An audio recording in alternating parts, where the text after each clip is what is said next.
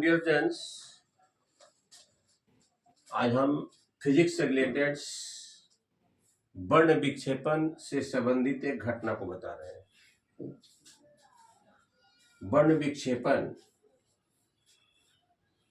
डिप्रेजेंस of light. आपने देखा होगा कि प्रकृति में खासकर रेनी सीजन में ये रेनबो बनता है और इसको कहते हैं हम लोग इंद्रधनुष। और जब गांव समाज में अभी भी अगर बुजुर्गों से पूछा जाए कि भाई इंद्रधनुष क्या है, उसका जवाब होगा कि कहते थे पहले लोग कि यह एक हाथी का सूंड है, एक सूंड से पानी खींचता है और आकाश में लाता है और तब बारिश होती है। तो चूंकि विज्ञान बहुत चरम सीमा पर पहुंच चुका है, ऐसा बात नहीं है।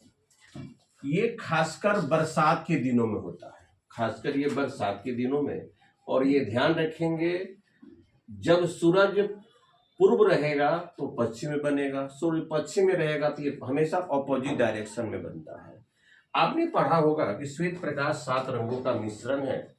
कि न्यूटन ने क्या किया था, न्यूटन एक डिस्क लिया था और इसको 7 बराबर भागों में बांट दिया था। और 7 बराबर भागों में बांटने के बाद 1 2 3 4 5 6 7 1 2 3 4 5 6 7 भिपग्योर बैनी या पिनाला कलर से इसे रंग दिया, पेस्ट कर दिया था। भिपग्योर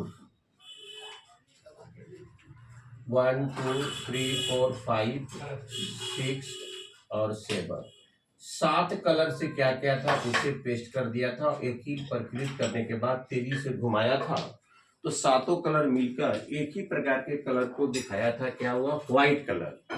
उसने साबित करके बताया कि सूर्य का प्रकाश कोई भी श्वेत प्रकाश 7 रंगों का मिश्रण होता है। आज हम बता रहे हैं कि प्रकृति में देता है परीक्षा में, right example of the natural dispersion of the light. वर्ण विक्षेपण की एक सामान्य घटना को बताइए जो प्रकृति में होता है। तो सबसे अच्छा तो एग्जाम्पल आपका इंद्रधनुष का बनना। प्रकृति में इंद्रधनुष कैसे बनता है, मैं इसके बारे में बड़ा ही एक्सपेंडेड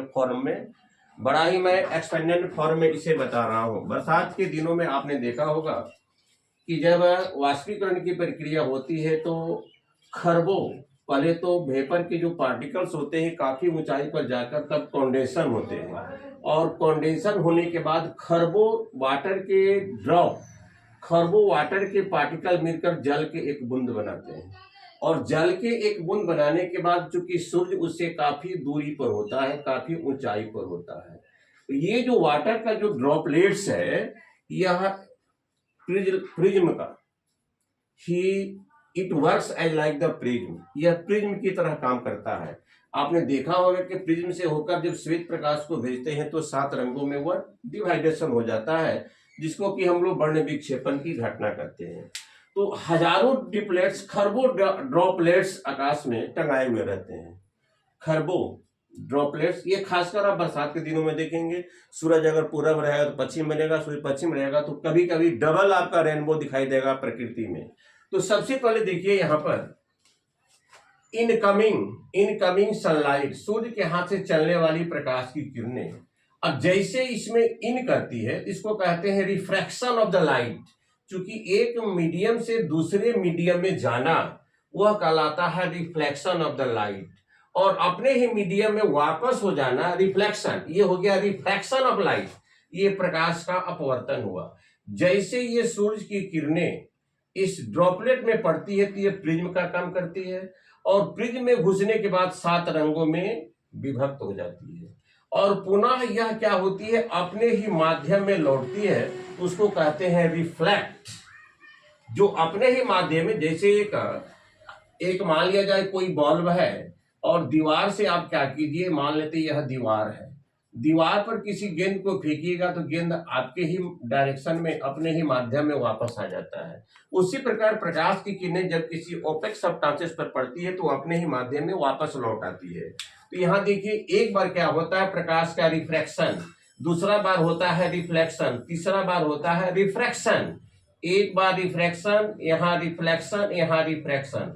और इनकमिंग सनलाइट और रिफ्लेक्टेड डीपर लाइट के बीच में 42 मिनिमम 42 डिग्री का एंगल बनता है।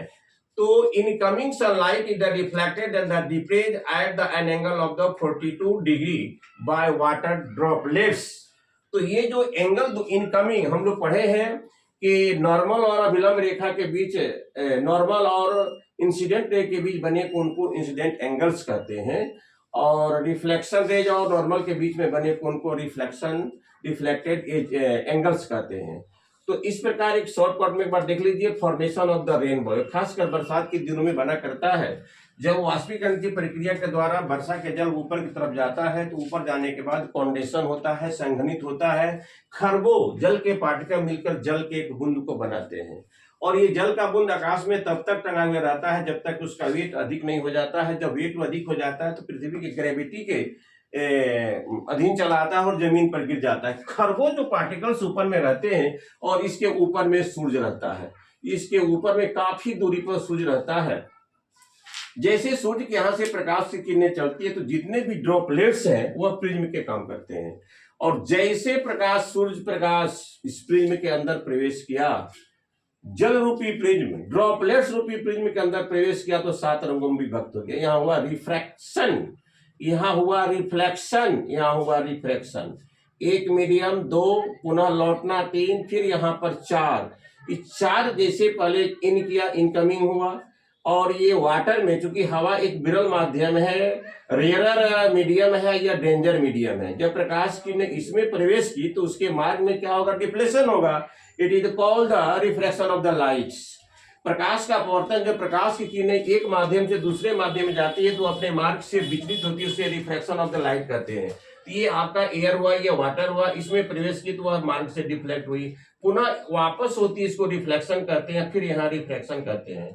तो इनकमिंग सनलाइट और रिफ्रैक्शन रेज में कितना का एंगल होता है, 42 का। वाटर ड्रॉपलेट्स रिफ्लेक्टेड, इसको कहते हैं श्वेत प्रकाश का 7 रंगों में बटना। ये वर्ण विक्षेपण की सामान्य घटना है, परीक्षा में देता है। प्रकृति में इंद्रधनुष कैसे बनता है, एक प्राकृतिक वर्ण विक्षेपण की घटनाओं को समझाने का आपको परीक्षा में ये फिगर बनाना होगा। इस पर बहुत सारा मल्टीपल चॉइस भी क्वेश्चन पूछ सकते हैं। इनकमिंग सनलाइट और रिफ्लेक्टेड रेज के बीच में कितने एंगल का कोण बनता है, इस इंद्रधनुष की दिशा क्या होती है, तो सूर्य के अपोजिट साइड में होती है। सूर्य पूर्व में रहता है तो पश्चिम में, पश्चिम में रहता है तो पूर्व में बनता है। इस दोनों के बीच में 42। अब मैंने यह साबित करके बता दिया।